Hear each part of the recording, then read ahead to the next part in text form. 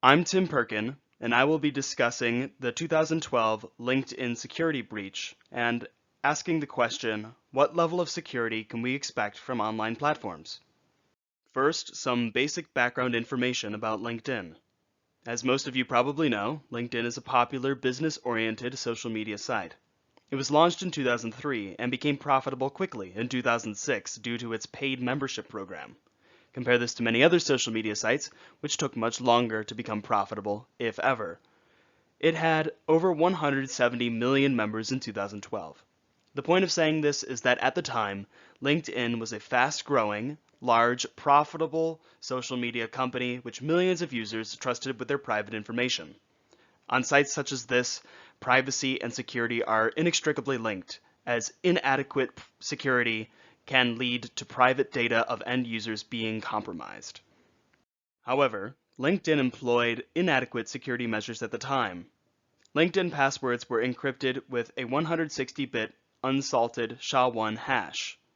If you remember, salting a hash is when you use extra characters from a random number generator or from another outside source to create the hash so that the same string in different passwords will receive a different hash. This makes it more difficult to look up a reverse hash in a large lookup table or to perform statistical analysis to decrypt weaker passwords. Also, SHA-1 was specified in 1993 and was followed by SHA-2 in 2001. Experts had recommended moving away from SHA-1 as early as 2005, when methods of attack were discovered that were far faster than brute force. The National Institute of Standards and Technology deprecated SHA-1 in 2011. Unsalted passwords did not meet contemporary industry standards, and users were not made aware of LinkedIn's outdated and inadequate security measures, and felt comfortable storing personal information on the site. On June 5, 2012, LinkedIn was breached by Russian hackers. Password hash data was stolen, and cracked passwords were available online the same day due to weak security standards. At the time, it was unknown whether the corresponding email data was compromised, which would enable the hackers to easily log in to affected users' accounts. An estimated 6.5 million accounts were affected.